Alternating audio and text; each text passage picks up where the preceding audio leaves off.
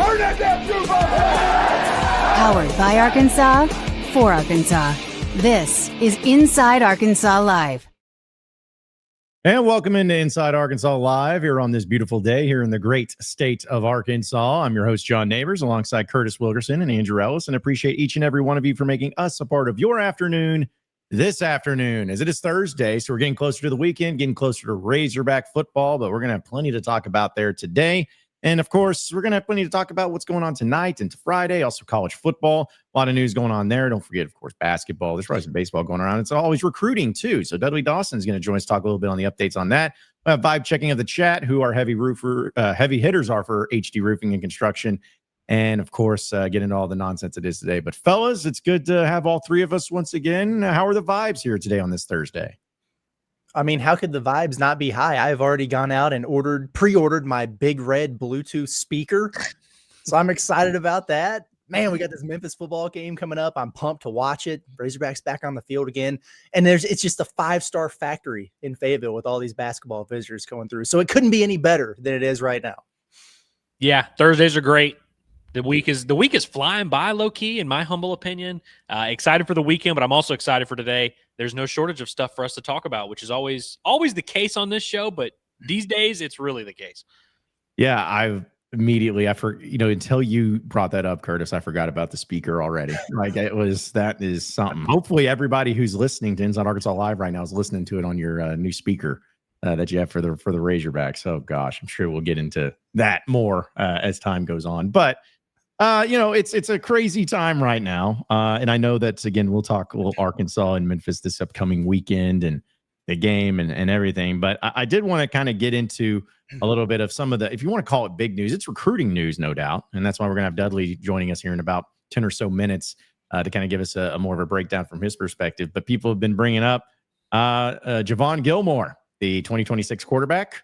One of the highest rated players that Arkansas has as part of the 2026 class, heard news that he was leaving his own school because he was no longer going to be the starter. He was splitting snaps, left high school, and now it was made, as Hayes Fawcett tweeted out, that he is decommitted now from Arkansas. So I know it's people are pretty much focusing on Memphis, and I know recruiting is always a different thing, but yeah, this was a weird story. Just add to the list of the weird stories that Arkansas and football recruiting's had to deal with over the past, 10, 15 years, it seems like.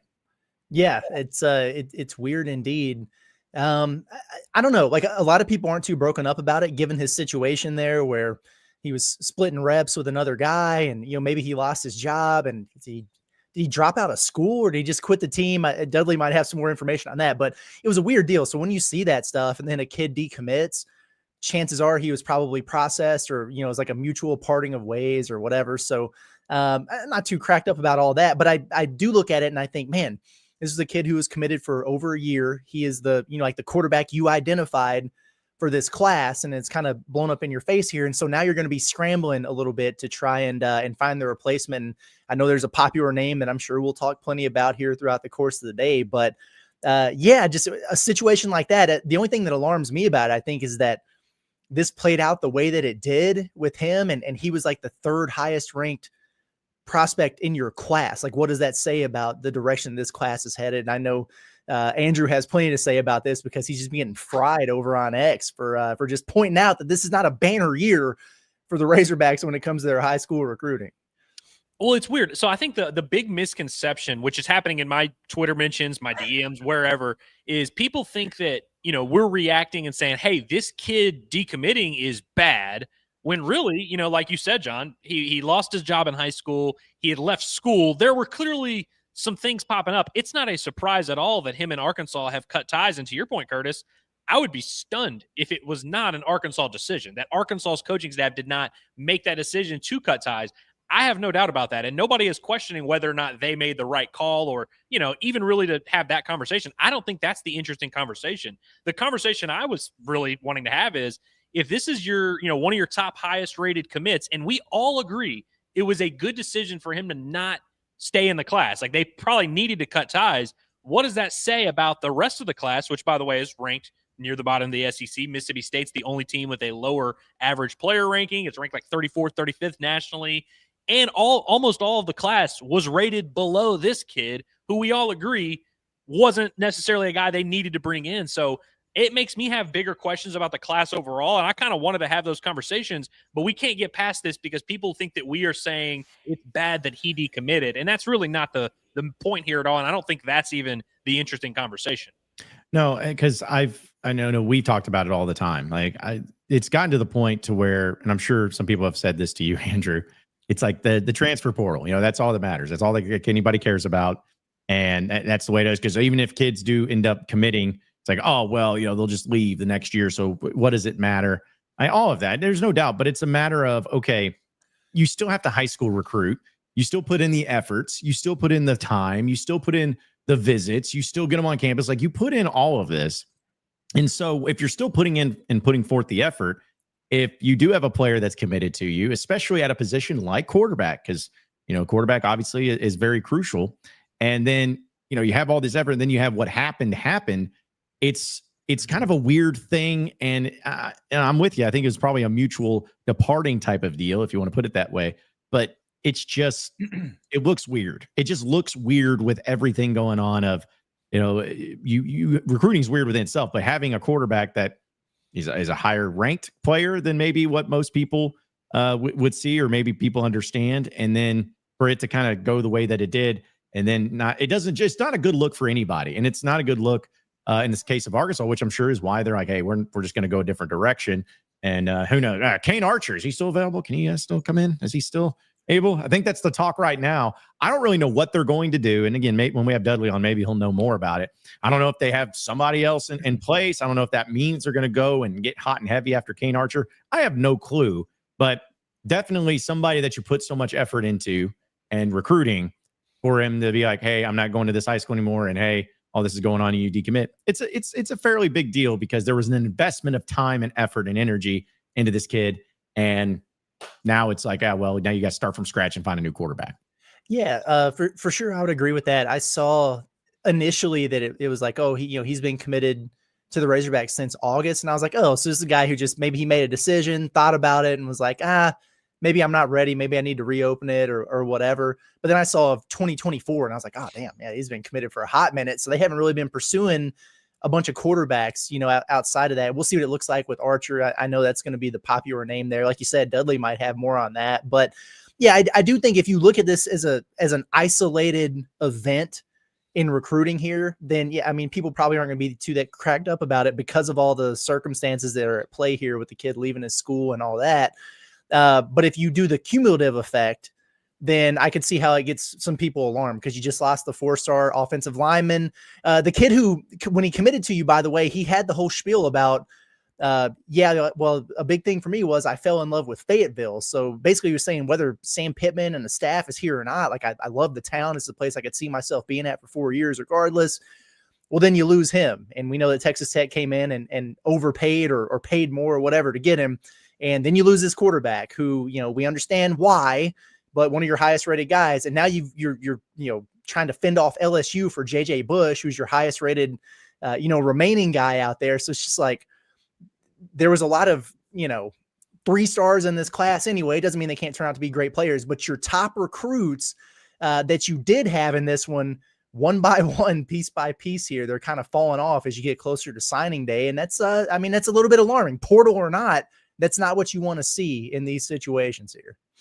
Yeah, so here's the thing is because part of what I learned from my mentions is everybody is very caught up in the idea of like, is this an Arkansas W or an Arkansas L? They're trying to view it through that lens. And they're like, this isn't an L for Arkansas because X, Y, and Z. And look, we can have those conversations, but you guys both touched on the time and investment. I mean, you've been committed for over a year, the time that you have put in and the time that you have not spent doing anything else. If Curtis invites me to dinner and I decide to stay home and poop my pants, if I clean up the poop from my pants, I don't call Curtis and be like, hey, man, I got that poop cleaned up. Curtis would be like, no, I went out and had dinner and had a great time and, saw some sights and, met some friends, all this.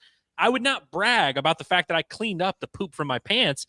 Everyone would still look at me and be like, well, why'd you waste your time staying home pooping your pants? And that's kind of the question I'm asking. And also, again, we can talk about what's the best way to build a roster because I've seen a lot of people do the thing where they're like, well, hey, I don't mind losing this kid because, I would rather spend that time getting, a transfer quarterback. Or I'd rather spend those resources doing that. But to the point you're making, Curtis, well, then why do you have 25 kids committed? You have 25 kids in this high school class who are getting scholarships. Almost all of them were ranked below this kid. So how, like, I don't understand if we're going to have, because look, we can have that conversation of how you build a roster and how should we allocate funds and resources. That's all fine and dandy. That's not the conversation here, because those have already been, you're already bringing in 25 scholarship freshmen who are all rated, like you said, most of them are 3 stars or lower. Like, it's not like this is a time to have a conceptual idea. And the big misconception people are making here, if you want to build a great roster in college football, you don't have to do it all through high school or all through the portal. You have to have some guys that you recruit and develop out of high school and supplement with portal. And you kind of have to build a roster that way. So if everyone wants to say, hey, it doesn't matter about the high school class, okay, well then don't give 25 scholarships to a bunch of 3 stars. Yeah. Well, and I also think, it's about, just like with recruiting in general, you live in the moment and you live in like, okay, well, what star rating was this? And here's the thing. I don't know. Maybe Gilmore goes on to be this phenomenal quarterback somewhere. I don't know. Maybe he doesn't. Maybe Kane Archer goes on to be this phenomenal quarterback. Maybe he doesn't. Just high school recruiting, it's always been this way, but it's even more so when it's like no one knows. Like and it's sometimes people live in this hindsight. And I always want to remind people before we bring Dudley on that, you look back on these players that maybe Arkansas was in on, or Arkansas passed on, or Arkansas missed on, or whatever, and you just get infuriated because you're like, yeah, that guy went on to do all these great things. How did we not get him? It's like, yeah, but what about the players that they missed on that didn't really equate or amount to anything great? You don't remember them but you have this hindsight of like, we should have gotten them. Well, at the time, did you care as much because you had something else? Because you were like, well, we didn't want them anyways because we're so good. It's like, you just can have this hindsight that comes into play.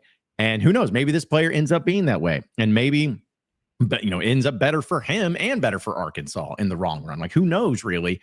It's just a matter of, given recruiting, given the situations, given, what goes on, this is just one of those weird things. It's just a weird story and a weird thing that's pretty fascinating. So let's dive into it a little bit more as we're going to welcome in our guy, Dudley Dawson of Inside Arkansas Recruiting, and it's presented by our friends over at Goat Lab Red. We know it is the place for Razorback pregame, postgame, during the game. In fact, anytime that you go there for lunch, Monday through Friday, you get to watch us because we're on the TVs. They love us so much. We love them so much that they are actually going to try to ruin your appetite by showing our faces to you every day. But you know what? That's okay, because it's going to be our hot takes and our great discussion that's going to reel you back in. And we appreciate Goat Lab being a part of us each and every day right here in Inside Arkansas. You can check out their new location of Goat Lab Red right over there at 1214 Garland Avenue in Fayetteville. They also, of course, have Goat Lab Brewery up in Lowell. You can check it as well. They got Razorback, Tusk, and Tusk Light, their signature brews, but you can also check out their signature burgers. And don't forget, they are the official sponsor of the Inside Arkansas Recruiting Podcast with Dudley, which you can catch right here on Inside Arkansas. It's Goat Lab Red, your new game day tradition. And with that being said, let's go ahead and welcome in our guy, Dudley Dawson of Inside Arkansas Recruiting. And Dudley, it's good to have you on, man. Can you make sense out of this whole thing for us and this quarterback and Gilmore and everything that's going on? Well, you told me you wanted me to cover high school football recruiting in the transfer portal. I didn't realize it was going to be the high school transfer portal. I've covered this thing for almost 40 years now, and I've never been in a situation where Arkansas had 2 quarterbacks committed, and both of them were not at the school that they started the season at 3 weeks ago. One of them, they can't find him. The other one, he's waiting to get eligible. That's the 2027 guy, Joaquin Cavaclis, down there in the Tampa area. But Jayvon Gilmore, this has been a strange situation. And now both sides are saying that we're not going to be together anymore. We filed for divorce. Don't know who's going to get the kids, and all that. But but they're pointing fingers, at each other. I think it's a strange situation for a kid just to. If he was splitting snaps, and so he's just saying, I'm out of here. And I think if it is Arkansas making this decision, I think it's probably a pretty good decision, because commitments these days don't seem to last very long. No, they certainly don't. So I guess the situation would be if they're moving on from it, what's kind of for Arkansas? People bringing up Kane Archer all the time. Oh man, they're going to try for Kane Archer. They're going to go a different direction. Just what do you think Arkansas does when it comes to this position? And a guy that's been committed for so long, obviously they got to make adjustments. But what do they do from here? Well, I loved Andrew going off there. I agree with a lot of stuff he had to say there. One thing is, there are some 2026 quarterbacks out there that are still, uncommitted. Not many of them, but there are also ones that are willing to jump ship. And it's we're going to fall back on that NIL argument and that being able to compete and all that argument, which those statements Monday are not going to help in this process to finding another quarterback. Kane Archer, phenomenal high school quarterback. I think he's going to be really good in college. He's not the tall guy that Gilmore was, 6'5". Kane's 6 foot, 6'1", somewhere around in there. It's phenomenal quarterback. But he seems very happy with his University of Central Florida commit and talks about the area and talks about that's where he wants to be. So, right now I'd be doubtful that there is a love connection coming back there. So you're going to have to look at other quarterbacks and I wouldn't be surprised if they don't wait and bring in a transfer guy. You're going to have that one transfer portal situation now. It looks like it's going to be early January. You can hear recruiting writers and podcasters and coaches' wives and all those celebrating that because it's going to be slotted into one time period. But this is really out of the blue, it sounds like, and it's all based from what I'm being told, and that the kid says, I'm an SEC quarterback commit. I don't need to be splitting snaps. So Dudley, we saw last year in the cycle, Arkansas winds up flipping Madden Iamaleava on signing day. Now I don't know if that's the situation you necessarily want to replicate, but we have seen a precedent for Arkansas kind of making a big splash late in the process at the quarterback position in the last year.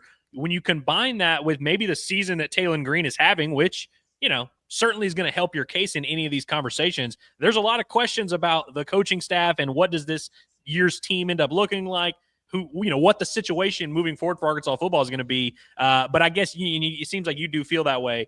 Is the best move here maybe just going to see if you can make a big move and say, hey, we got Taylor Green over here throwing for all these yards. We don't have a quarterback committed in this class. It shouldn't be the hardest thing in the world to recruit a quarterback to come play in a Bobby Petrino offense. I guess, what do you feel like the likelihood that they're able to pull off something on the level of that Madden Iamaleava situation? Well, I hope they can pull off something regarding that stature of quarterback. Not sure that family, the way that's worked out for them. I mean, how about a heck of a trade for Tennessee to get Joey Aguilar and trade Nico out there. Again, they're going to probably take the look the rest of the year. There are plenty of kids who will flip and they'll have the opportunity. Arkansas is in a good position quarterback wise because they have Bobby Petrino as the potential quarterback whisperer. So there will be a lot of folks that will listen to him. Now, we all know that Arkansas will get a better quarterback if they win football games beginning Saturday and the rest of the year. And if this coaching staff is here, I think y'all have made it clear and we all know that it's a business these days. And if Arkansas gets enough wins, Sam Pittman will be the coach next year. If he doesn't, he won't. I mean, it's very clear. So that plays into all this as well. I mean, it is a recruiting writer. First of all, you think about the excitement of all the things. And second of all, you think about the uncertainty of all these things. So it's going to be, I'm not going to say fun, but it's going to be active. Active is a good way to put it. And it's kind of rare to not get a freshman quarterback in a recruiting cycle, but if it was ever going to happen, this would be a year I feel like where it would make a little bit of sense. They probably need to go get a transfer regardless, whether they kept this kid or not. Sam Pittman's talked really highly of KJ Jackson and him being the future and everything there. That's great. I'm sure they believe it, but they probably need to bring somebody in with some experience to push him or challenge him. Just be an insurance policy there. But like, if you look at the quarterbacks returning for next year, assuming, you don't have guys who hit the portal or whatever, but like right now, KJ Jackson's a redshirt freshman. Grayson Wilson is a true freshman. Trevor Jackson is a redshirt freshman. So you've got a lot of young guys in there. Bringing in some more experience would be fine. And they've already got a quarterback, like you mentioned, Dudley, on the hook for the next cycle. It's a long time to hold on to him. I mean, this kid was committed for over a year, and then you lost him today. But I guess given the transfer portal era and everything like that, if you were going to go a year without getting a freshman quarterback in a class, this would probably be a pretty good one to do it. Yeah, the one thing I would say is that whatever quarterback you get, whether it's a transfer portal guy or whether it's a high school kid, he has got to be able to come in here in the spring. He's a high school guy. He's got to be an early graduate. He's a transfer guy. It can't be one of these that come in here, after spring practice. He's got to be here to work on, because whoever it is, Grayson Wilson and Trevor Jackson and KJ Jackson, as you said, they'll have the opportunity to have a hand up. But if it was, just certain that who was going to be the quarterback next year, that's one thing. But I don't think it is. I like KJ Jackson. I watched Grayson Wilson play all the time. I have not seen Trevor play enough to basically make an opinion on him. But you cannot go into a college football season with an 85-man roster with 3 quarterbacks. Yeah, it just can't happen. Just can't happen. But well, Dudley, before we let you get out of here, I know you mentioned it a little bit, but as far as the transfer portal window and everything, that looks like it's just going to be at 1, assuming that it's going to be there where it needs to be. Just like, I mean, is this going to fix a lot of the issues? Is it going to be a lot easier? Just what's the impact it's going to have, like on a team like Arkansas having that 1 portal window? Hey, the main thing I see right here, and I think it'll change a lot of things, but you're not going to be able to go through spring practice and then transfer to Oklahoma, or go through spring practice and transfer to TCU. Those situations, coaches want this outside the Big Ten guys, Ryan Day and all those guys. They want this because they don't want to have to re-recruit after spring practice. You want to know what your team is going into spring practice. Not these guys have the ability to just leap all over the place. And the next thing is, to me, it probably won't happen. The next thing is the idea that I've gotten a hold of that I like is you can transfer 1 time and not have to sit out. But if you transfer a second time, you got to sit out a year. Yep. Yeah. And I think everybody would be on board with that. It's Dudley Dawson, the host of our Inside Arkansas recruiting podcast, which you can catch right here on Inside Arkansas and wherever podcasts are found. And Dudley, we appreciate Goat Lab being a part of it, and be sure to tune in. We appreciate you hopping on and giving us the latest on the craziness that is recruiting in college football. Hey, man, I love to talk. That's good. Then we're in the right place. Appreciate it, Dudley. Appreciate you coming on. All right, we'll get to more of what's going on in Razorback Land. But first, I want to give a shout out to our friends over at OZK Insurance, because we know juggling insurance companies, it can be tough, especially when you're trying to find just the right coverage for you. Well, look no further than OZK Insurance, because in Rogers, they're going to make sure they make it simple for you. It's a 100% independent agency, and they shop the entire marketplace, and they deliver the best combination of cost and coverage, saving you both time and money. It doesn't matter if it's auto, boat, motorcycle, life insurance, commercial insurance. They do it all, and their friendly team has access to a wide range of flexible options designed just for you. They serve the Northwest and Central Arkansas area. That includes Bentonville, Centerton, Fayetteville, Little Rock, Hot Springs, Springdale, and deep and beyond. Let OZK Insurance be the trusted advisor you never know you needed. Start today with a free online quote at ozkinsurance.com, or you can call them today at 479-715-4200. That's at 479-715-4200. It's OZK Insurance, protection made simple. So, let the craziness that goes on with recruiting there, guys, and we'll see if there's any updates on that. Another thing I wanted to bring up real quick, we've talked about ad nauseum, so we don't have to really dive into it, but I did see the report that I guess next Tuesday is when the SEC is going to officially announce the permanent opponents for football. So, we again, at this point in time, how long have we been thinking about this or putting this together? Like 2 years, it seems like, oh, who do you think, who should you want? Who's going to play? It's like, well, we kind of know, and everyone's giving their thoughts, but at least we now have a timeline of, hey, 9-game schedule gets integrated, and you get to know exactly who you are going to play every single year in football. That's being announced on Tuesday, reportedly. I cannot wait to talk about this. The outrage from people, regardless of what this winds up looking like, is going to be electric. I'm glad that they're doing it soon, though. You know what I mean? Like, they could have drugged this out and waited or whatever. Let us know. Let's rip off the Band-Aid. Let everybody come to terms with it. Then we can just kind of move on. Yeah, you're right. And I think we should all just acknowledge Tuesday is the day that all of you are going to have to finally look at Missouri and embrace them as your rival. That's right. That y'all are destined to do this dance until the end of time. Batman and Joker, they didn't like each other, but they were connected throughout history. you and Missouri will be connected throughout the remainder of your life. Yep. I mean, that's you just got to embrace it at this point. Stop running from it and just embrace it.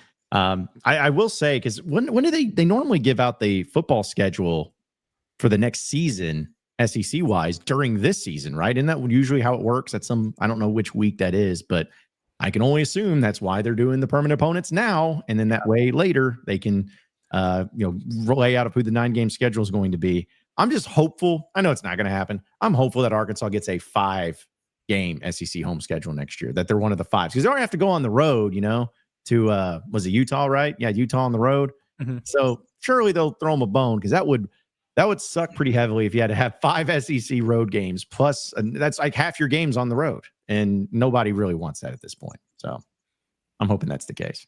We'll see. Be nice. We know how this goes. Yeah.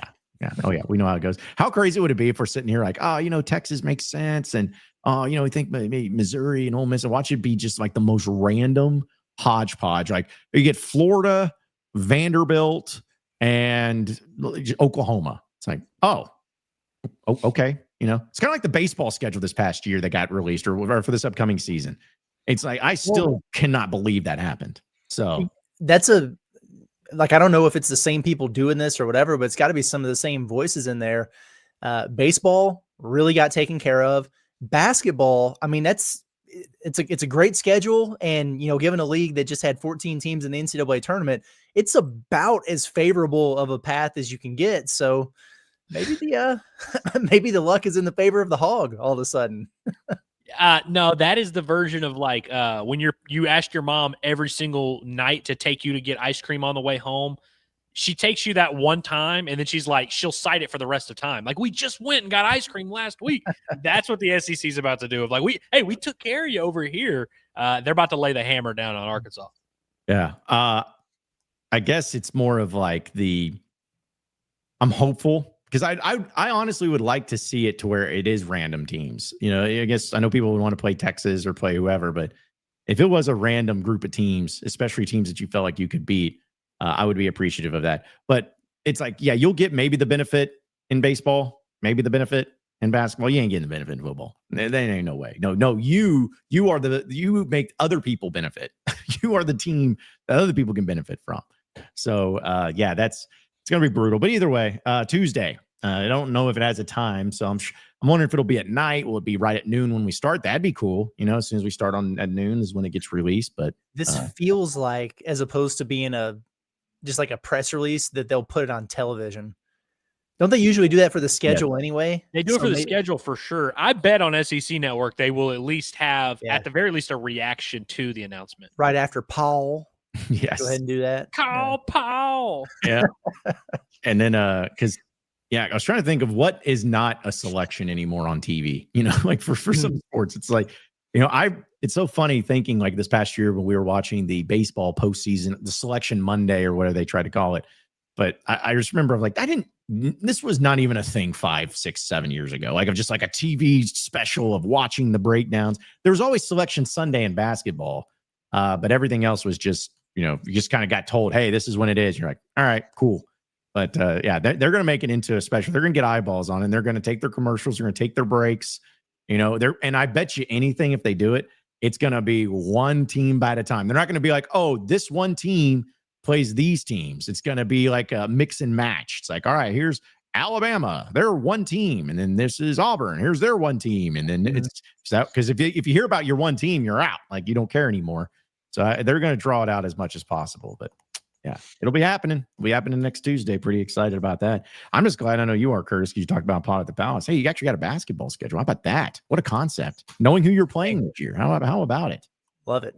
Hell of a schedule too, man. I mean, honestly, top to bottom, it's really, really good. What did the release say? That 22 out of the 28 teams that are on the schedule won more than 20 games last season. Pretty good. You play the entire Elite Eight. You got 9 games against last year's Elite Eight. Pretty good.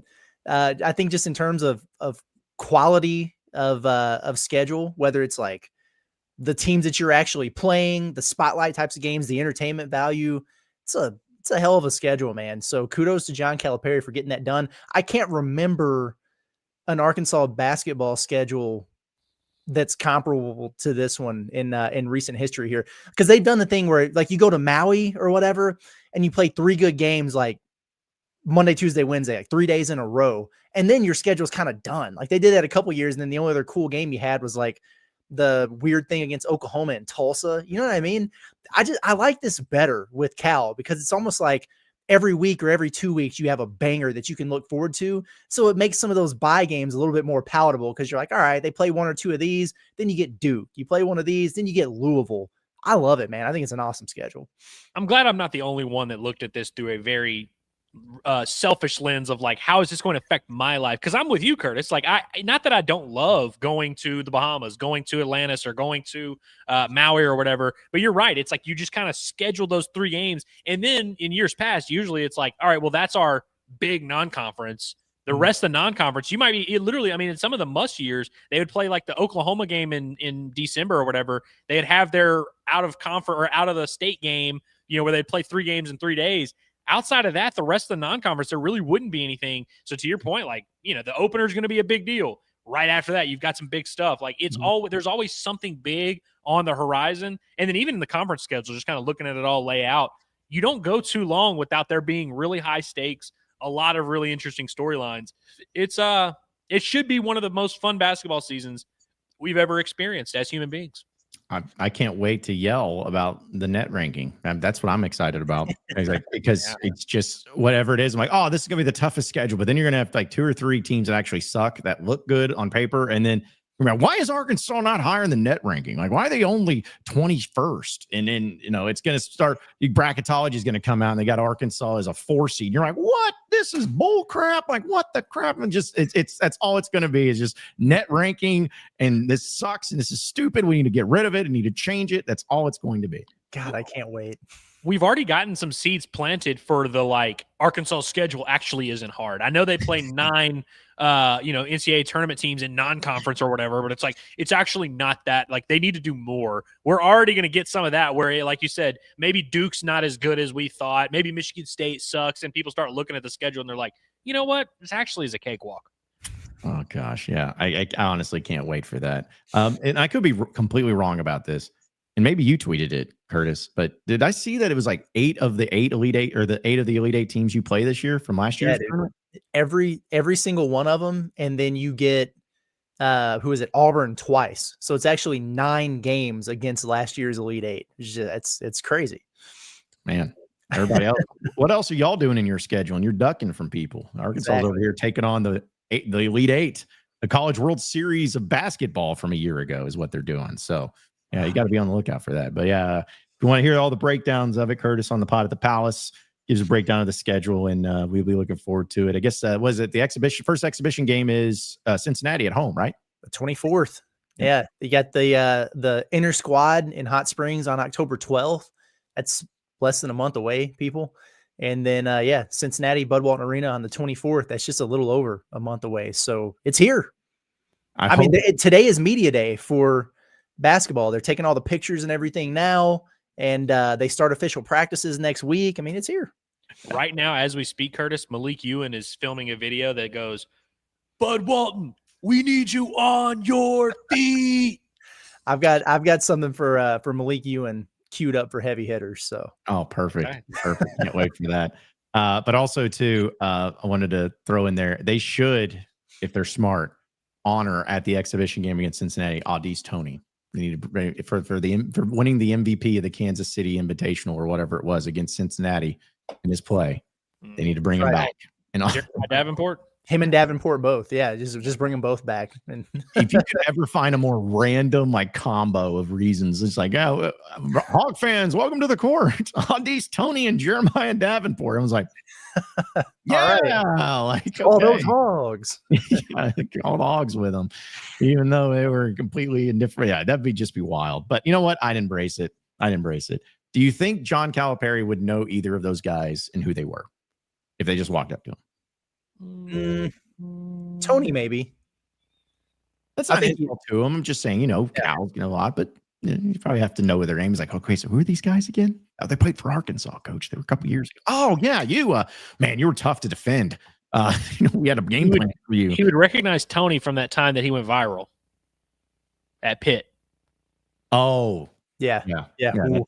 That was that would be one way to put it.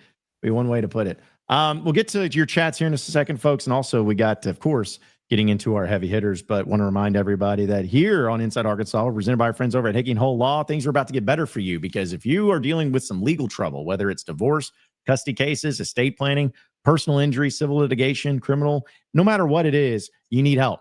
You don't want to do this alone. You don't want to try to just go on Google and be like, hey, how do I become a lawyer overnight? Because that is not going to work for you. You are going to lose and lose big. So get experts, get the best in the business to help you out and guide you through the entire process with our friends over at Hickey & Hole Law. They will make sure that they take on the case and make sure that it's important, make sure that they strive to get you the best, absolute best protection that you can get, and as well as providing the advice and counsel throughout the entire process. So give them a call today at 479-434-2414. That's 479-434-2414. You can also check out their website at hickeyandhole.com. Scan that QR code right there on your screen as well. It's hickeyandhole.com, and Hickey & Hole Law, things are about to get better. Okay, so I know we talked a little bit about it with Dudley, but I wanted you guys' thoughts. It's impactful, but as far as the single transfer window and what the NCAA is moving towards as far as just having the one, I think overwhelmingly people are in favor of that. How big of an impact do you think it's going to have? I know it is, but as far as just if you're a player, suddenly you don't have all those opportunities to get out like you did before, and like, oh, well, if I don't like it now, give me some time or whatever.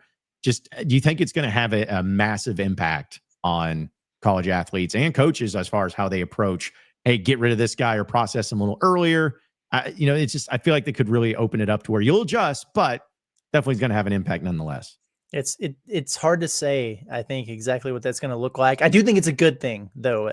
Most coaches were like unanimously against that spring portal window because it kind of screws you over. But at the same time, if you have one portal window now and it's not as long as it was before or whatever, you got to remember you have a certain amount of time you can enter, but then these guys can commit whenever. And a lot of times it's after the portal closes. So if I'm, the backup, tight end right now at Arkansas, for example, and the starter's leaving. So I think, okay, I got a pretty good shot to start next year. And so you have no interest in entering the portal. The window comes and goes. And then all of a sudden Arkansas adds two guys out of the transfer portal and you get buried. Well, then you're screwed because you can't leave at that point. And so I think the trust and the relationships and everything like that are going to be really, really important with these coaching staffs, because now the pendulum is kind of swung, where before it's players could leave whenever the hell they want. Somebody might tamper with them. Somebody might see him at the spring game and say, oh, we got to get this guy. Let's offer him some money and get him out of here. And then as a team or as a coaching staff, you feel screwed over and you got to, kind of, scramble to get somebody to fill that slot or whatever. Well, now it's kind of the opposite, because when that portal window closes, you can't get in it, and they can go add 5 dudes at your position. There's not a damn thing you could do about it. So that part of it, I'm going to be interested to see what it looks like. But overall, you had to do something there. It was a little bit crazy. I never quite understood the multi-portal window thing anyway. So I guess this makes a little bit more sense to me.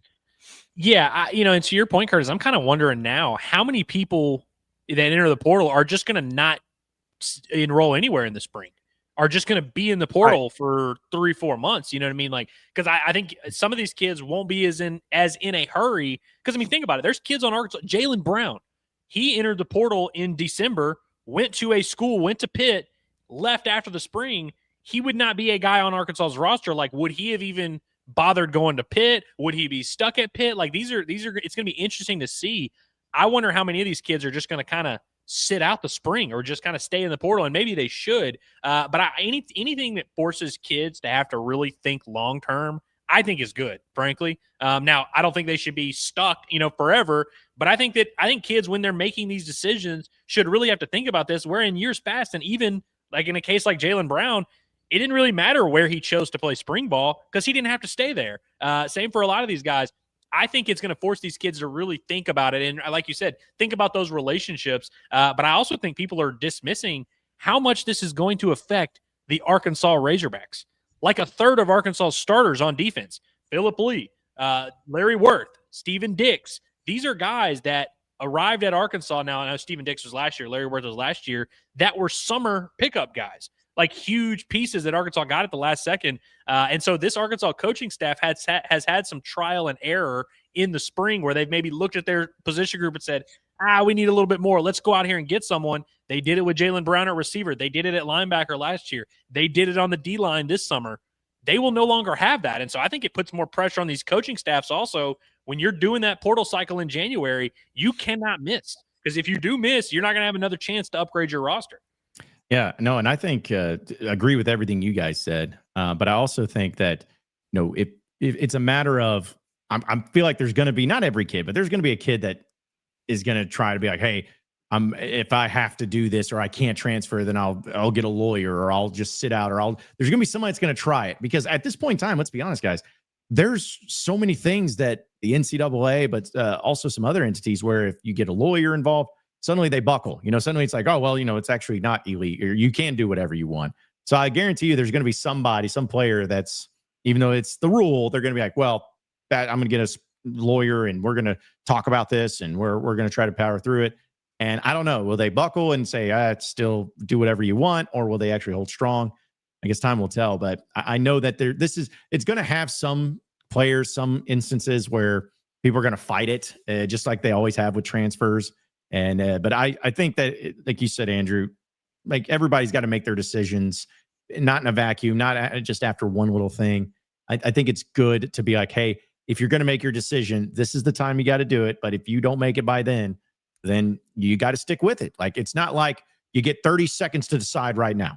It's like, no, when the window is going to be as a player and as a coach, what your options may or may not be at that time. And then that will be the case. And if you're late on it, tough. You're going to have to sit it. You're going to have to deal with it.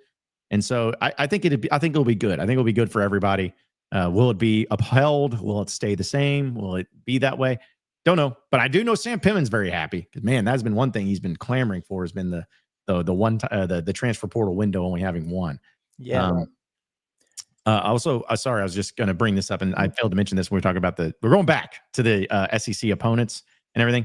I didn't mention this. I meant to, but apparently they're going to be reviewing it every 4 years as far as who the permanent 3 opponents will be for the SEC teams. I like that, actually. Yeah. I like that. I'm glad they're doing it. We're going to start a campaign that's going to be like Texas A&M 2030. Yeah. Because with every 4 years, if I remember the way they were talking about this correctly, you will have played every team in every venue by that point, right? And so then you can reevaluate. And so that actually, can't believe I'm saying this. That makes a lot of sense. Yeah. But but that's the thing is, I wonder, this is immediately where my thought went. I wonder if it's going to be like, what do they call it in high school sports when you're too good, so they put you up, but is it not regulation, but relegated? It's like relegation. I wonder if they do that to where if your team, if you had some easier opponents in SEC, but then you start winning too much, you're gonna be like, hey, we got to get you some tougher opponents. And then the teams that just been getting it handed to them, it's like, we're gonna dip you down. We're gonna have you play, Kentucky and Vanderbilt and all of that. I wonder if they'll be like that, because I'm sure it'll be upsetting. But I'm with you. I think it's a good thing too, because things are ever changing. Not to mention, I remember when Arkansas had to play South Carolina every year. It was fine, but it's not like you said, okay, well, this is good for now, but then in 4 or 5 years from now, we may change it up. And it was like, no, you got to play South Carolina every year. And that's how it was with Missouri. Nope, got to play them every year. It's like, this gives you the opportunity. And I can't wait for every 4 years, because we'll for sure be doing this, what we're doing right now here 4 years from now. Just being like, this is bull crap. They better give us this instead of letting them play. It's going to happen. So I can't wait for it. I wonder if they might just look at it in 4 years and be like, no, this is great. We're just going to stick with it. Or will they guarantee us like, okay, we're going to change at least one of these, or, hey, you're just going to get 3 different ones. I mean, there's a lot of different ways they can go here. So it's going to be interesting to see how all that plays out there. I just want to bring up real quick on the portal thing. The other aspect of this that I think adds to everything we're just saying, twofold. Like, one, they're looking to move it from that December window to like the first part of January, and 2, cutting it down from like the full month, or for a while it was like 60 days to 10 days. 10 days. I love that, man. I love it. If you're going to transfer, you're going to transfer. stay in or get the hell out. I think that's a beautiful, beautiful thing.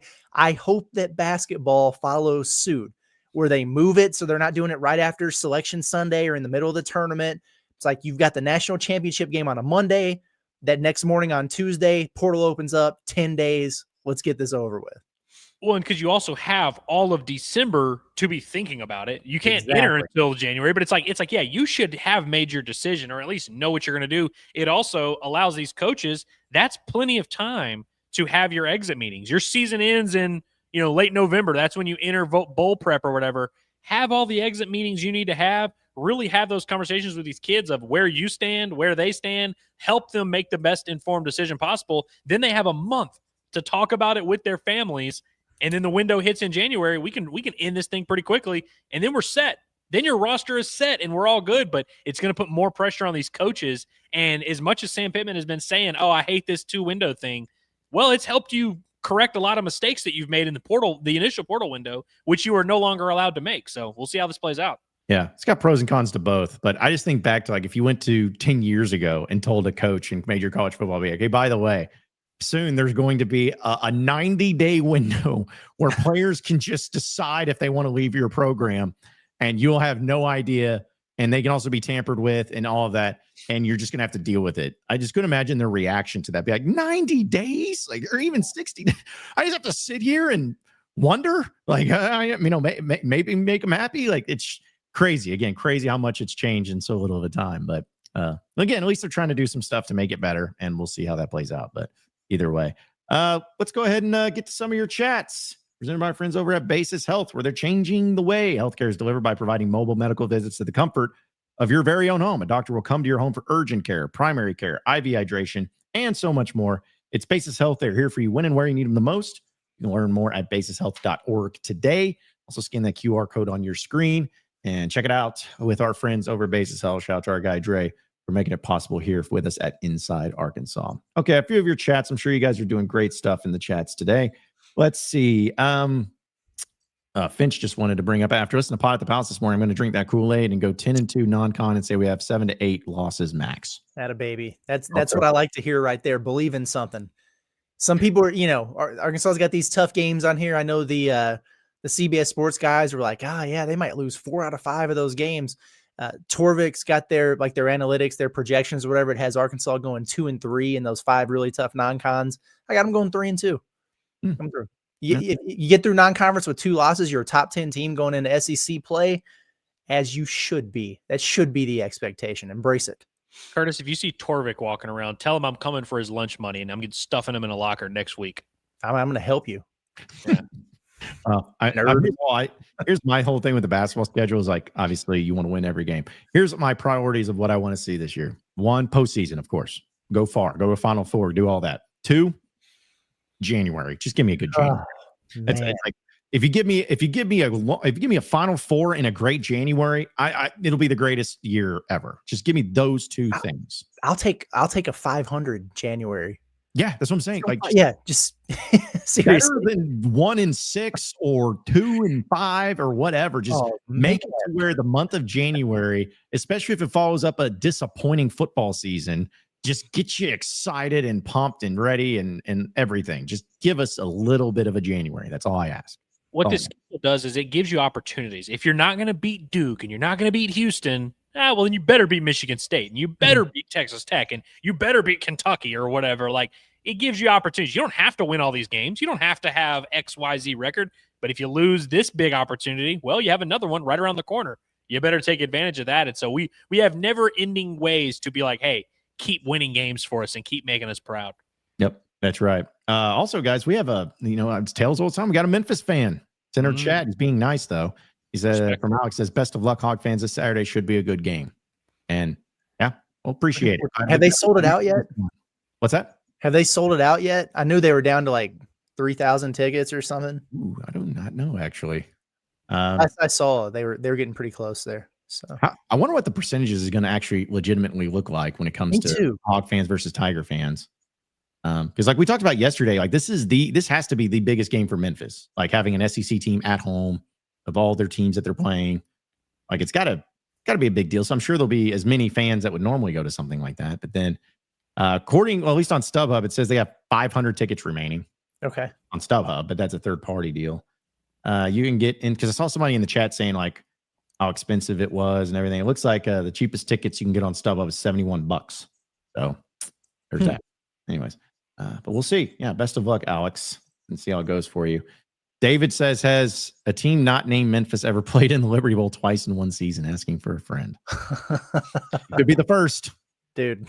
Although we do have to clarify once again, this is not the same season as last season. I know it's the same, or it's not even the same calendar year though, right? Because the Liberty Bowl was in 2024, right? Correct. Yeah, it's the same 365-day span. 365-day span. There you go. Yeah. But I guess maybe he's also saying that Arkansas going back to the Liberty Bowl this year, which they absolutely would if they got invited. That would be the case. Because it was Ryan saying $61 for half a Liberty Bowl stadium sounds like a little much. I work in Memphis and skipping this one. Yeah, because I guess the press box isn't even finished. Like they're still doing a lot of construction that they've been dealing with. I feel like ever since the Kansas Liberty Bowl game way back when. So that sucker better be nice. I can tell you that. Better be nice. Let's see. Also, Heartbroken Hawk says, do we know where the recruiting class is ranked now? I'm afraid to look. I think we did talk. It's like 34. So we just looked at it before we started. Yeah. It depends on JJ Bush, right? Like if he decommits, which a lot of people do think is going to happen, it's going to bottom out. Yeah, you probably at that point have the worst class in the SEC. Yeah, that's fine, right? Cool. I mean, that was the exact terminology used in my mention. Someone said we're fine. I was like, all right, you're fine. I always love being last in things. It's great. Let's see. Also, James just comes in and says portal will be really difficult for a new coach now. Is there any true? You guys feel that? Yeah, but at the same time, like the portal was never not difficult for a new coach. Like we've already kind of known that. I actually think not saying this is going to help, but I think moving the window to start in January actually is a step in the right direction for new coaches. Whereas before, there was a window there in like early December. As you're getting hired, signing days right there, and this portal window's open. This at least gives new coaches 3 weeks, a month, or whatever, which isn't a lot of time. It's still going to be hard, but it was never not hard for new coaches. Yeah. Also, too, like I'm not saying this is the comment from James here, but I've been hearing other people too, and even in our Arkansas media as well. Like sometimes we forget everybody deals with all this stuff. Like there's a lot of stuff that changes. That it's not just like, hey, Arkansas, they had to deal with portal, they had to deal with NIL, they had to deal with collectives, they had to deal with all this, COVID. It's like every team deals with the same stuff. So I don't ever want to buy an argument or buy like Arkansas is at a disadvantage or Arkansas, you should have more patience because of XYZ when everybody's dealt with the same things. And I feel like that's something that gets thrown around way too much, which I get. We all live in our bubbles. Sometimes just think about it in our own ways. But, there's a lot of schools, in fact, all the schools that deal with the same stuff that Arkansas has to deal with when it comes to the rules and regulations of things. So just remember that. Let's see. Pigpen says 7 times playing in the Liberty Bowl. We own that stadium. Is that true? Is it going to be the 7th time? I mean, I believe it. Oh, jeez. How many times have you guys been to the Liberty Bowl? Just once? I've been twice. 09 and 2022. I think I've only been one time. 15? Yeah, because I didn't. Yeah, and I didn't go to the not this one they played in last, the Kansas one. I didn't go to that one. You went to that one, right, Andrew? Yes, I went to the Kansas one in 2022. You were covering that LSU opener. That's right. LSU season or SEC opener in basketball. Mm-hmm. I've been 4 times to the Liberty Bowl. Yeah. I'm not making it a 5th. I can tell you that. I guarantee you it's not. I've never seen Arkansas lose in that stadium. I'll tell you that. I don't think anyone has. I think they're actually like 6-1 or something to that extent. So yeah, it hasn't happened very often. Okay, so Hawk fan brought this up. He said, anyone see TG10, Taylor Green on the Heisman podcast? Good interview. I saw it, but I have yet to watch it. But I am looking forward to watching it, or at least listening to it. Who does the Heisman podcast? Like, is that like the Nissan Heisman House like thing? Like, is there like people that like Heisman winners that are doing it? Like, I'm not familiar with that, but it sounds cool. Yeah, it's apparently it's an official the Heisman podcast, and it's hosted by every Wednesday during college football season by Chris Huston. So I don't know who that is, but yeah, apparently he does it. Apparently Taylor was on it. even though it's ridiculous to think he could be in the Heisman Trophy. That feels notable. No, that feels notable. I don't think that they're interviewing people that have no chance of winning the Heisman. That would kind of defeat the purpose of having a Heisman Trophy podcast. So let's see. Also, Woo Damn Pig Smitty says, what if somebody gets injured in spring? You'll just be down? Yes. I mean, there's still going to be players in the portal available, just not ones that you can pluck. You know what I mean? Yeah. Right. But the thing is, like, you could do this at any point. I mean, like, David Oki gets injured and it's like, oh man, I wish we had a portal window. It's like, you know, you at some point you have to build your roster. You can have 85 people on there. You know what I mean? Like, you can give out a lot of scholarships. And I understand, you know, there's more error that can happen in spring ball, but that's why we say it's going to put more pressure on these coaches to have a roster in place. But that just, at this point, when someone goes down, that tests your depth, which is going to be tested at some point anyway. Yeah. I guess, I don't know, maybe coaches wouldn't do that, but wouldn't it almost serve purpose to leave open like 1, maybe 2 scholarships just in case someone does go down and you're not full and you can still keep the kid who's injured scholarship, but also add somebody that possibly maybe be in the portal still? I don't know. When everyone that pushes back, because again, I've had everyone tell me today, why do you care about the high school class? It's all about the portal. Okay, fine. So then we will stop giving 25 scholarships to high school kids. We'll just do the portal game. And it's not a big deal that Arkansas leads the country in portal exits the last 2 years because you can just replace them with cheaper, better players, and it's all great and fine and dandy. This, now that there's one window, kind of makes you want to be less dependent on having the portal fill your entire roster, right? Like, you're still obviously the portal's still the priority. It's still number one.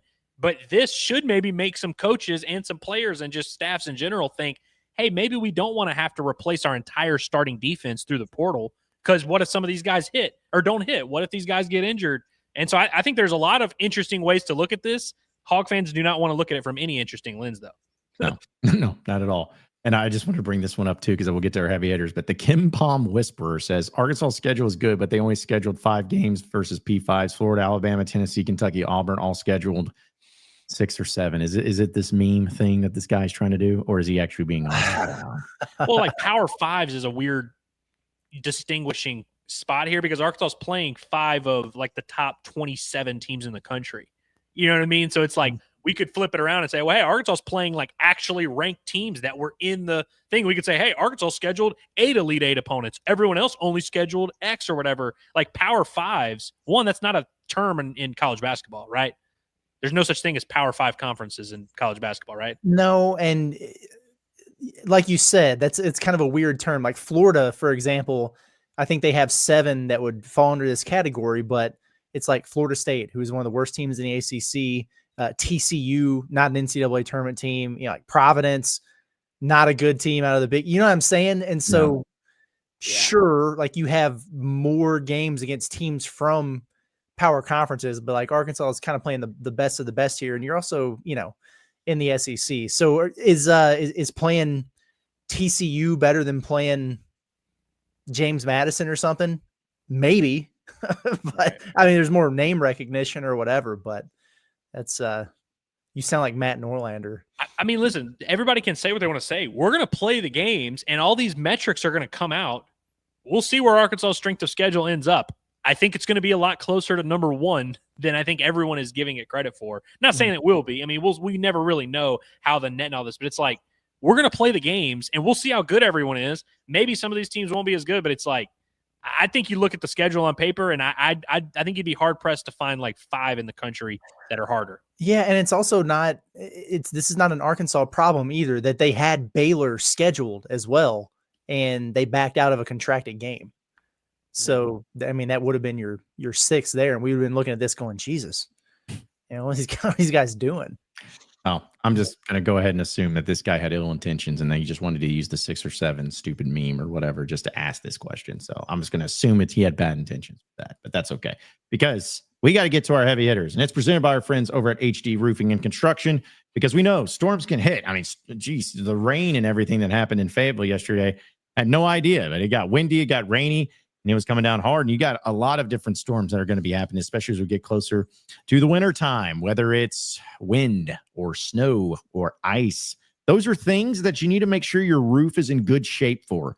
So last time I checked, if you have a snowstorm or an ice storm, but your roof isn't in good shape, that doesn't go well for you or anybody in your home. So get inspected for free with HD Roofing. They're going to come out there and check it, and they'll let you know, hey, you may be in perfect shape. Good to go. They may tell you, hey, need some work. They may say, holy crap, we need to get to work on this right away because this thing's about to fall apart. They will make sure that they give you all the information that you need when it comes to your roof. So give them a call today for your free inspection, 501-428-0429. That's 501-428-0429. You can also check out the website at hdarkansas.com. It's HD Roofing and Construction, doing our heavy hitter segment here on Inside Arkansas. Okay, so I have a few just random heavy hitters, but I wanted to bring this up, and I'll be honest, Andrew, I can't remember if we talked about it. Maybe we mentioned it yesterday, but I'm going to bring it up again anyways. How about the Florida coach that getting suspended by the SEC for? I didn't see the video. I saw when Ross Dellinger. Because here's the thing: if you are an assistant coach that gets suspended, and it's Greg Sankey, the commissioner, that's coming out and being like, "Hey, you're suspended," kind of like gives you a flag in the air, like, "Whoa, what happened?" Well, it's a 3-game suspension for Jabbar Jalouk, who is the associate head football coach as well as the running backs coach, because he was involved in an altercation prior to the Florida LSU game. I meant to pull the video, but it was kind of tough quality. But either way, Florida players, LSU players, all this stuff kind of mixing up a little bit for the game. And he essentially like shoved the guy, kind of got him by the neck, a different player, a player for LSU. And it was definitely not a good scene, not a good look, not a good thing for anything. So point is, my heavy hitter, or one of my heavy hitters, I want to give a shout out to the SEC because, yeah, you don't need that. It's fun to have the jawing, before a game and jumping around and everything. But I just don't know if you're an assistant coach, emotions get the best of you. But I just don't understand why you wouldn't want to do that to one of your own players, of like putting your hands around their neck or shoving them or anything. When you do that to an opposing player, it's going to be bad news for you. LSU got the last laugh and got the victory there. But either way, shout out to the SEC for being swift in their action, suspending him for 3 games. And who knows, with the way that Florida is going and probably firing Billy Napier, he may be looking for a new job anyway. So shout out to the SEC. I got them as my heavy hitter today. So never mind. I was about to go a little bit further into that. What a weird situation just overall with Florida. You know what I mean? Yes. Like at the Napier press conference and everything, and then all this that's going on with that whole situation. Didn't they have the shoe deal a while back? Like it seems like there's one thing after another with those guys. It's crazy. I have 2 that I want to do real quick, but I also just want to say, coaches' press conferences in general here lately they definitely qualify as the heavy hitters here. Napier's was pretty good. The Dabo Swinney rant was hilarious the other day, and it was like a long and unprompted one. We had the Brian Kelly thing. We had the Sam Pittman. I don't know. Tell me what to do, whatever. These guys are getting a little bit more testy here, it seems like. So pretty good stuff there. But I've got a couple from basketball. One, John, I know you're going to appreciate this. John Calipari, man, I don't know how much he was getting involved in these photo ops at Kentucky, but he's been doing it more often here at Arkansas, and he just looks, I don't know, great. He looks happy. Yeah. And John, I know, would you like to explain to the people what's going on right here? He's posing with 5-star guard Tay Kenny, who's on a visit right now, ahead of 2 other 5-stars who are coming to visit over the course of the weekend. But what do you make of this, John?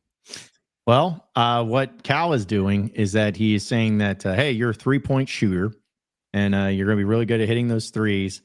And then he says, don't with your hand being down like this. It's like, hey, man, just, don't be humble and, always keep your head down, but, keep grinding and everything. So that's a great message by Cal. And I think it's a very, distinguishable thing. I actually have no idea. I've seen this symbol a lot, but I have no idea. Can you, if you honestly thought I knew, then I don't know. Tay Kenny is Mr. 6'7" himself, John. Because he's of height? No, well, he is 6'3", but that's his thing, man. He's viral with it on TikTok. Like he's and it drives a lot of people crazy if you're over on the Discord, but he loves it, man. And he's got Cal over here repping it. Is this the type of thing you do as a head coach if you know you're not getting a player? I gotta say it does, but I will say people clown Brian Kelly. You remember Brian Kelly did the like circular cam thing? It was for Walker Howard, who stinks and is now at ULL, but he did get that guy. So I don't know. I think we've seen some coaches do weird stuff. I think it's kind of the thing you do, Curtis. I'm flipping it the other way. You do it because you know you're not going to look like an idiot, and because if Tay Kenny ends up going somewhere else, this picture is now going to be used as a meme. I think John Calipari is doing it because he knows he's got it in the bag. That's my point. That's the exact point I'm trying to make. Because a lot of people, I should have added some context. Going into this visit, a lot of folks were thinking, well, this is just like a courtesy visit for Arkansas because Cal's recruited him for a long time. They got a good relationship, but he's an Adidas athlete who's going to be heavily incentivized to go to an Adidas school. People think he's headed to Kansas, if not Kansas, then Louisville. So it's like, why the hell is he canceling all of his other visits, but coming to Arkansas here? Well, the reason would be because John Calipari thinks he's got a shot at getting him. And if I knew he was going somewhere else, I wouldn't have the visit, and I sure as hell wouldn't be doing this. So this might be more telling than your typical visit picture here with John Calipari. This is genuine. Cal. Am I going to get in trouble if I say, dare I say, Eric Musselman-esque type stuff?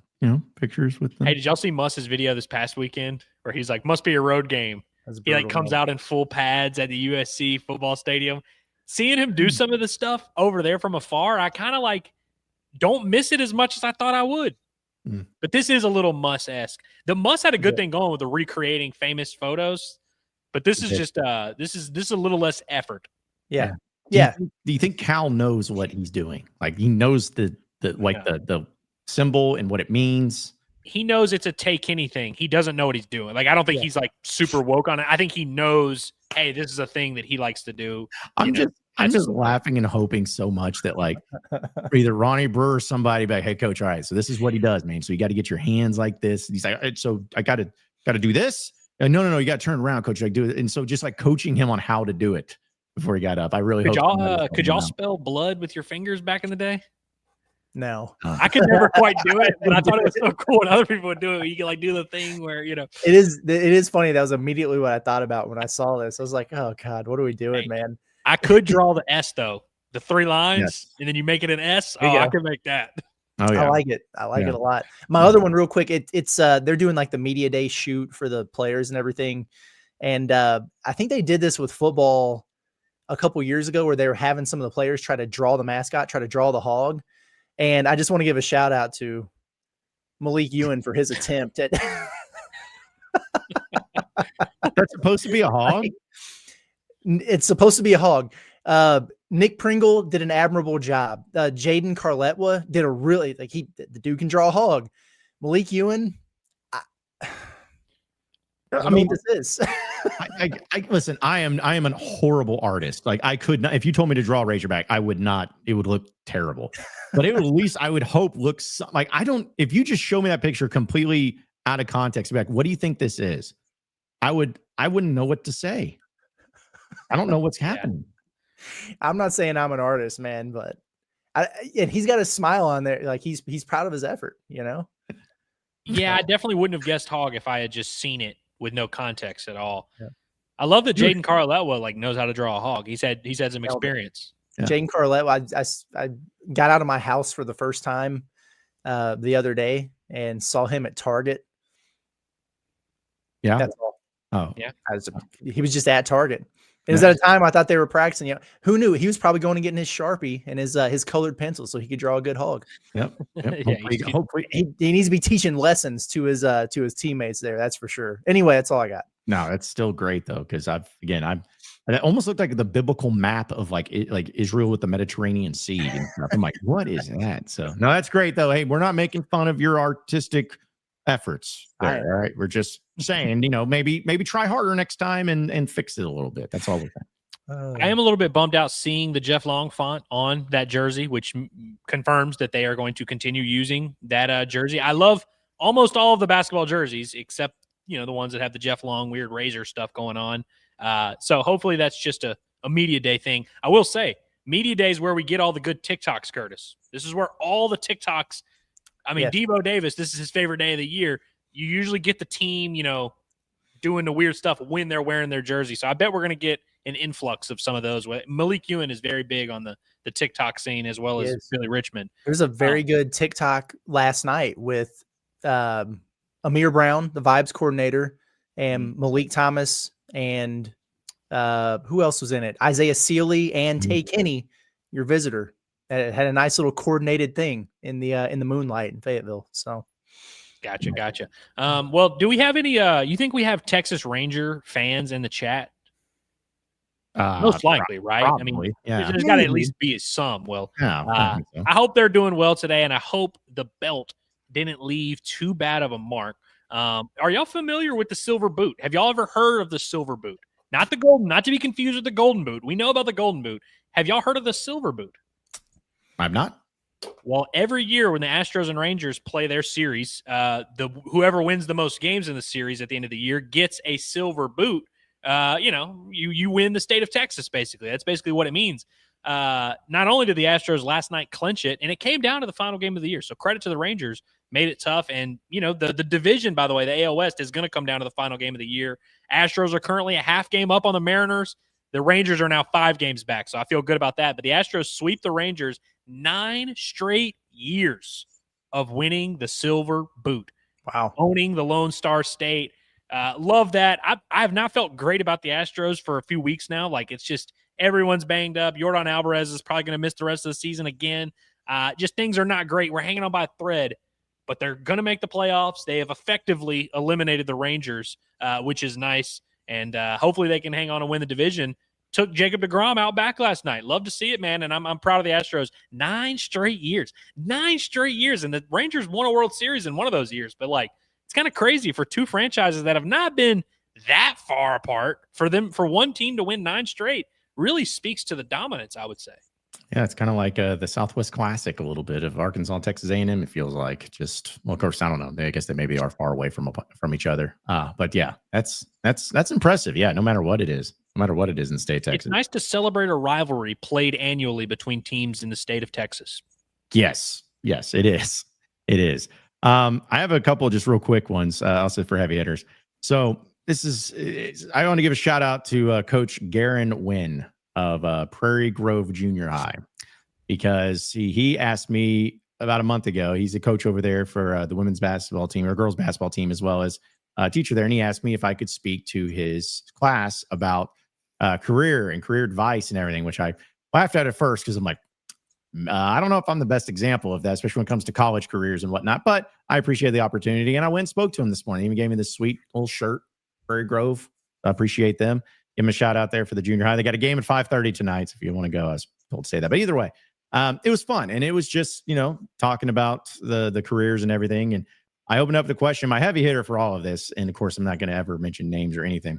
But this one kid just asked simply, it's like, what is your family, what does your wife and kids think about you doing this? And I was like, I don't have a wife or kids. So, I don't have any of that.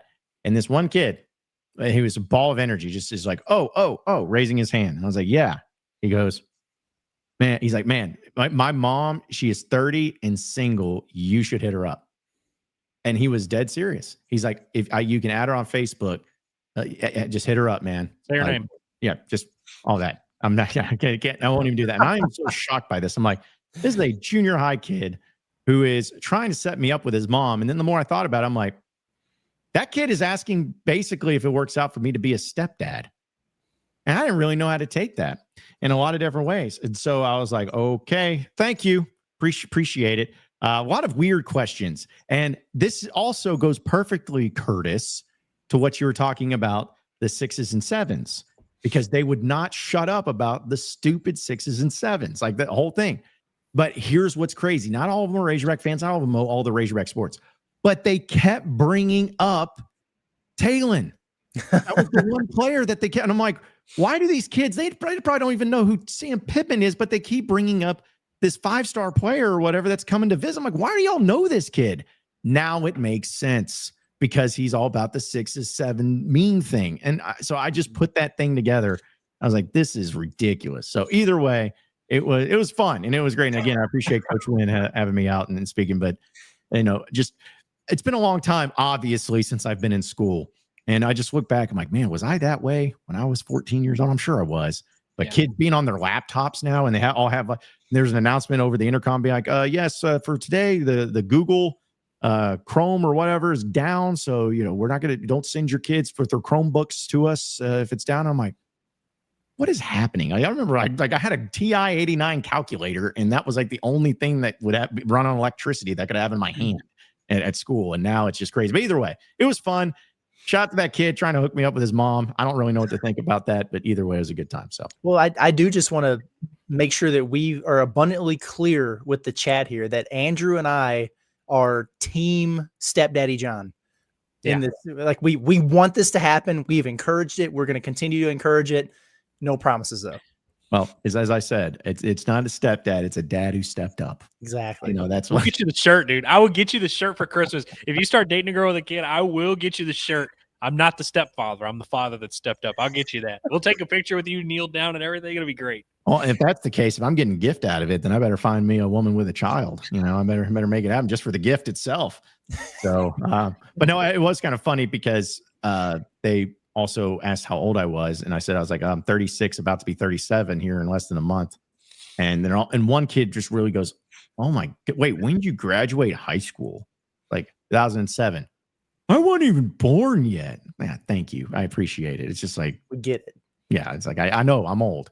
Like none of you kids even understand it. So either way, I appreciate them. I want to give a shout out. Speaking of birthdays and becoming a year older, my last heavy hitter is Daniel Shee, who joined me on the Bombastic podcast yesterday. Everyone tweet at him. I think his name on Twitter is DShee12. Tweet at him and tell him happy birthday right now. He's 22, I believe. Can I ask you, Andrew, why? Maybe you haven't asked, but why 12? Why does he have 12 in his username? Does it mean something? I really don't know. I mean, I think it's because he loves A&M so much and it's 12th man, maybe. That might be it. I always wonder that because I see whenever he's joining you and stuff, I just see his Twitter handle. I'm always like, because I'm always interested of why people do certain numbers if their Twitter user handles. Because I think all of us we don't think we have any numbers in ours. But if somebody has a specific number, if it's like YOLO swag 420, it's like, yeah, okay, I get it. That's why you have it. But for 12, I don't know. We'll have to next time you have Daniel Shee on the Bombastic, lead off with that. Let's get to the bottom of it. Get to the bottom of it. Okay, and real quick, also, I have to mute this. But speaking of TikToks and our guy Taylor and all this stuff, I just saw that he had posted this thing up. I can't play the music because it's mean, but apparently he does this every visit he's at. Yeah. And in the song, it says something about Arkansas. Sounds like Arkansas. So, I mean, he's doing it from I think that's the same Bud Walton bathroom that the media use, maybe. But either way, I mean, he looks like he's already committed to the Razorbacks, in my opinion. I like this kid, man. I like him. Some people I've noticed a lot of people on the Discord, they're like, not up with the shenanigans or whatever. They're just not TikTokers or whatever. I like this kid. Dude, who can he put the ball in the basket? Like, I don't care about that's what I'm saying. Like, who cares? If you don't like TikTok dances, you're just not going to like it. Yeah, if you don't like TikTok dances, you are not going to like college basketball for the next thousands of years. Like all these kids are doing this same crap. I need you to find the Amir Brown TikTok. Dude, so there's been so many times, but he doesn't allow you to download them.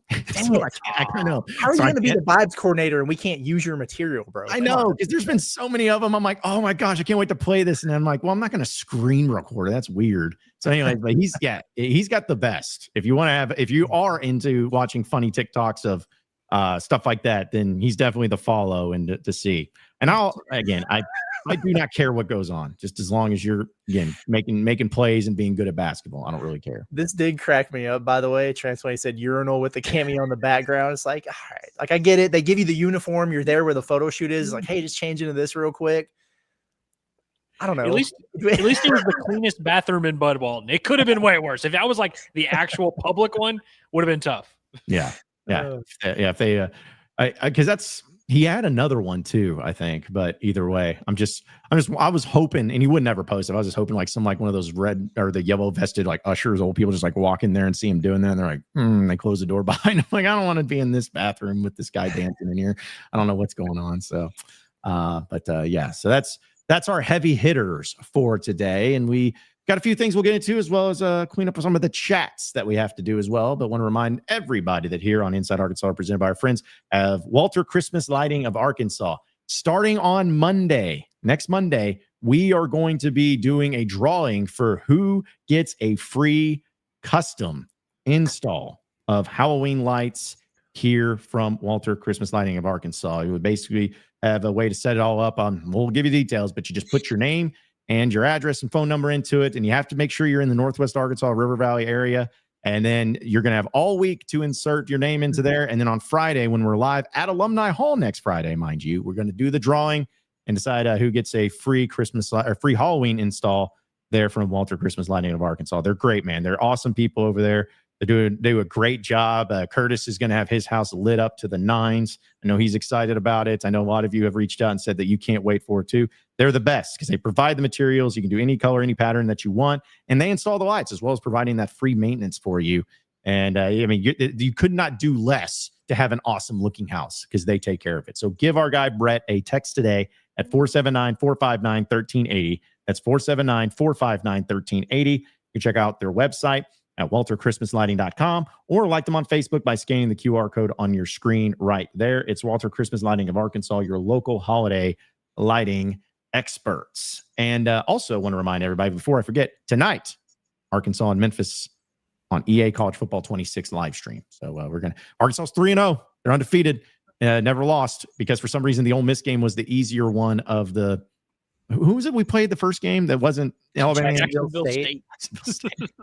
And they probably should have lost to Arkansas State, to be honest. But, hey, they're undefeated. So whatever Arkansas has a better record in at the end of the year, that's the one that's going to count in our hearts between the simulations. I'm just excited to see the Liberty Bowl in digital format. I don't think I've ever played a game on the video game in the Liberty Bowl. I wonder if they'll have the construction going on. Probably not. Probably not. So I guess I should know this. Memphis is the home team, right? This isn't like some neutral site game that they're just playing at the Liberty Bowl. They are the home team. Okay. Yeah. Just wanted to make sure. Let's actually ask the chat now. Chat, vote now on what you want the uniform combination to be. Of course, we're going to wear the white jerseys, but do you want red pants, red helmets, all white? Do you want just the red helmet like they wore last week? Get your votes in now because, we looked good last week, but people pushed back against it. Yeah, no, that's true. Okay, so a few of your chats on everything. I guess I should have got this from Big KG. Says my heavy hitter is John Cena. Hey, I am going to be tapped into WrestlePalooza this weekend. I'm probably going to talk Curtis into checking it out as well. It's the first WWE PLE. It's not a paper event, premium live event on ESPN. You got John Cena, Brock Lesnar. That's going to be good. Cody Rhodes defending the strap. Who else is on there? There's a few other things going on. It's going to be a good card. Also, hey, appreciate the super chat. Super chats get always read first. Curtis from Sharkataw does 6 points. Land TK, his online brand alone has to be worth at least at that much. Do I even want to look up what this means, or is it just something that means nothing? It is something that means 6-7. nothing. He's talking about 6.7 million in NIL Right. get Taylor Kinney here. No, he has an online brand. This is not the type of dude who typically goes to Arkansas, if I'm being honest with you. It reminds me of, who was the guy before? Arkansas recruited him for just a minute, and then he got in some trouble. Mikey Williams. You guys remember that? Mikey Williams with all that, just like from a social media presence and everything. But he's got a lot of that going on, and he's like, I don't know if it's his brand or if it's just one that he's affiliated with or whatever, but they got like the 6-7 water that's getting dropped and released and everything. So he's doing all right regardless. And that's part of the reason why, like, I know he's an Adidas athlete and they would pay him handsomely to stay that way in college, but money's not really going to be a issue for him either way. So I don't know. We'll see what's going on. I've heard nothing but good things about this visit so far. And I know he spent a lot of time with Malik Thomas, who is another overtime elite guy. And so they're buddies and everything like that. But it does kind of feel like it would take a pretty big swing of the pendulum to get him to come to Arkansas as opposed to somewhere else here. $6.7 million would probably swing that pendulum pretty hard. It would be kind of cool if Tyson's over there with a $6.7 million check for him. But I was going to say, Curtis, here, but the rules. He doesn't go to Arkansas. We didn't want him anyways. But if he does go to Arkansas, he's a hog and he's the greatest. So that's how that works. Correct. Yeah, I tell you, I do my best to try and explain the 6-7 thing to you. It's going to be bad, but I'm going to look it up. I looked it up on Google. Is that better? Okay, yeah. What does Google have to say? I want to see how close my interpretation is to it. The AI I know the song, which is called 6'7", I believe. Well, it's according to the AI overview, 6 or 7 can have several meanings depending on the context. But in the viral social media sense, it refers to the song "Doot Doot" by Skrilla, used in memes to highlight someone's actual height versus a perceived greater skill or height, like LaMelo Ball's perceived skill despite only being 6'2". It can also refer to the idiom at 6s and 7s, meaning to be confused or disorganized, or in military slang can mean checking on one's 6 back or trouble. Okay, the song "Doot Doot" by Skrilla, which he says 6'7", I just been straight on the highway, something, something, something, something. There was a trend on TikTok where people were making sports edits, and it would be like 6'7", and then it would be like the beat drop and whatever, and it became a whole thing. And shout out to Tay, he has just spammed this. He has made this like his thing too. And I mean, people like it, and he did it in a game, and it went viral. Yeah. Oh, he did. Okay, so he did it in a game, and that's what made it kind of go viral for him for the most part. For him, yeah. And then it's just part of his shtick now. And then I looked it up because I wasn't exactly sure, but the 6'7" water is a thing. It refers to the bottled water brand launched by high school basketball phenom Taylon Kinney, who became known for his 6'7" phrase. So there you go. Well, if he comes to Arkansas marketing team, you better have a whole plethora of stuff for this. Like, you better have the students involved somehow. But this is a side random thing because people are laughing at us reading that. Guys, did I ever tell you that when I used to do a show with Mike Irwin back in my old radio days, I got him to on the air read the lyrics to "Rolly Rolly with a Dab of Ranch," and it may have been the funniest thing I have ever heard in my life because I didn't even tell him. I was like, "Hey, just read this on air," and he's just "Rolly Rolly Rolly with the Dab of Ranch." What is this? Like, it was the funniest thing. I was like, I don't know why. It just made me laugh, but it made me think of that too. Shout out to Jax Biggers. That was his walk-up song back in the day. Oh man. Yeah, that sounds about right. Witty, appreciate the super chat. He says, I got a TikTok with 18 million views and brought Fayetteville Police Department to my house. LOL, fun times. I believe this. Okay. Here's what I like about TikTok. Because by the way, I think I have the TikTok app, which I see people in the chat that are like, oh, I would never get the app or whatever. I get that. A lot of my buddies don't have the app, and I have to send it. I have to save the video, download it just to send it to them, which is annoying. TikTok is like a whole different world where just the algorithm sometimes just picks up random things and it pops off. Like, I've seen TikToks from people that I know that have like 18 followers that do something random, and all of a sudden it's like they have a TikTok with 15 million views. It's unreal. Yeah. I'm just going to be honest because I hopefully didn't break any news here, but it's like TikTok for me when because I got Curtis or old Wesley a Pot at the Palace onesie, and I had it for him. And now, like, when I'm on TikTok, all the sponsor things are like for children's clothing. I'm like, I got to get this out of here. I got to get out of that. But yeah, that's something that happens. Let's see. Also, it says GZM says Cal is now a free man. I guess at Kentucky they wouldn't allow him to do it. Yeah, I mean, doesn't he just seem, even compared to last year, this time at Arkansas, he seems very relaxed. He looks happy. And he also looks great, man. Like, he's got the tan going, slim down, slim and trim. Looks good. Mm-hmm. Yeah, he does look. And then, I don't know, I just immediately just always think about the Kentucky fans. They probably saw this picture, like, sheesh. Look at our guy over here. He's actually like smiling normal. Pope gets it, man. He just gets it. He understands. You know what's crazy is almost any time I tweet anything about Cal, I'll get a number of Kentucky folks that are throwing shade or whatever. I think I only had like one or two that were like, oh, this is cringe or whatever. Way more, believe it or not, Kentucky fans that were like, yeah, man, it's just hard to hate Cal, Oh, I got to admit, I like this. Oh, man, he sure looks happy. Wish him well. I think people were starting to see it too over there, and they're like, man, he was really miserable at the end of his time at Kentucky, which part of it was his own doing or whatever. But I think people are genuinely becoming more and more happy to see him happy. I'm happy to hear that, Curtis. Like, I'm not saying, you should be like thrilled and be like, I'm so happy that John Calipari is doing TikTok dances or whatever. But if you see a guy like Cal, an older gentleman, doing stuff like this with the kids and, kind of staying young in this way, and you don't kind of just like feel good and you're like, oh, that's, that doesn't, if that makes you mad, you have a huge dump in your pants for real. Yeah. Well, I'm telling you right now, guys, this is going to be the game plan. When Arkansas, after they win the national championship in Indianapolis in the Final Four, we're driving straight to Lexington afterwards. and we're just going to hang out. We're going to buy every championship shirt we can find for Arkansas, and we're just going to, get to wander the streets, maybe go to a few places that we went to before, just hang out. See, just wearing our Final Four national championship shirts all over the place, just to see, just to see what happens. That's the plan. It's only a 3-hour drive from Lexington to Indianapolis, so we can make it work. Paddlefish just wants to go. Is Wesley named after Wes Johnson? He's not. I love the concept of Curtis and Michelle just being like, what was that old pitching coach's name?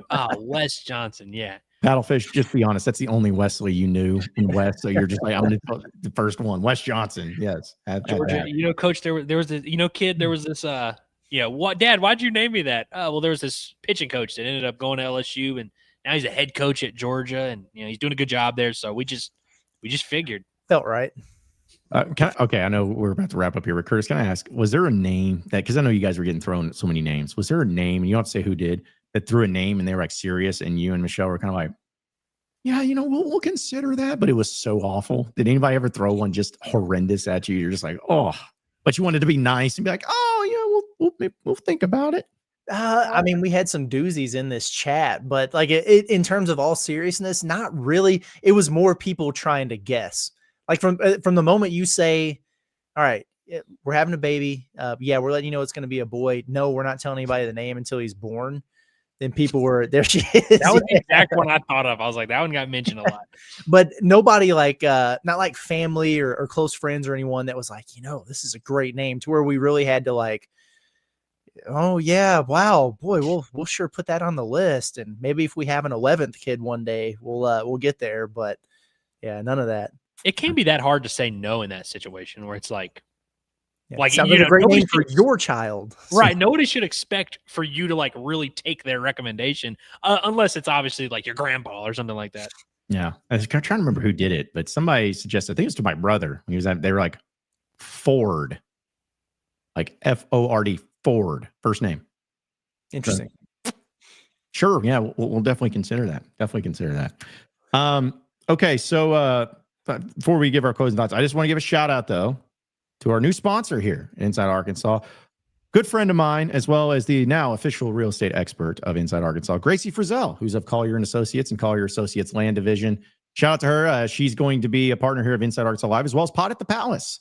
So really appreciate her coming on board. And she's a great friend, and you can call her or text her for any of your real estate needs. She does it all. Investment properties, new house, anything. 501-690-3868. You can follow her on social media as well. Licensed in Arkansas and in Oklahoma, so give her a shout out. But real quick, guys, I just want to explain the story because it's a great one with me and Gracie. We go way back in 2013. The only reason we know each other is because I was in the student section. She played basketball at Ole Miss, and Ole Miss came to town because we would always do one game in the student section. We'd go to a women's game and really heckle the crap out of the other team. And it happened to be Ole Miss. And I happened to know and see in the guide, and never met her before, that she was from Arkansas. So also maybe have been trying to like flirt with her because I was that type of person. And I just yelled stuff at her from the court, and she smiled and was a great sport about it. We followed each other on social media afterwards. We kind of just messed around, and then we're friends ever since. So it's just a cool story to see that she's now up here in Northwest Arkansas and doing awesome things. And so it's cool for us to partner. But either way, excited to have her on board. And if you need any real estate advice, she's the one that have happened for you. So we'll tell you more about that as everything goes on. But wanted to give her a shout out. Big basketball gal. She loves the game of basketball. I was going to say, if she is a player of ball and a knower of ball, we might have to have her on Pot at the Palace one day. Yeah. Well, when I was talking to her yesterday, she says she tries to still play sometimes, but it's tough because she's obviously busy. But she's like, I'm cooked. I can't play anymore. I'm like, I guarantee if me and you went out there, you would still make me look stupid and like all of that. Like you can't expect to be at your high peak. But yeah, definitely a great ball knower and someone who's from the state of Arkansas down there in Central Arkansas. So really, really appreciate her coming on board with it. So, thank you, Kingsley. Okay. I gotta say this other thing real quick, guys. So do you ever seen the viral thing where on TikTok? It's on TikTok mainly, but if you're about to do a picture, it'll automatically play a song selection. And you always like have to make a joke of like, oh, what song did it choose for you for this picture?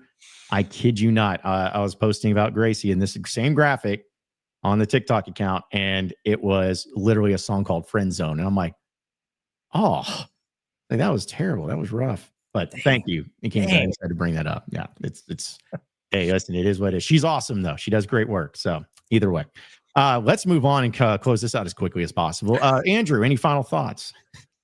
My final thoughts are just come hang out with us at 8 o'clock. I'm really excited for this this video game stream. I'm excited to just see what the stadium looks like. I wish it were a night game though. I will say it is going to suck that we got to make it an 11 a.m. kickoff. That sucks. Curtis? Does kind of suck.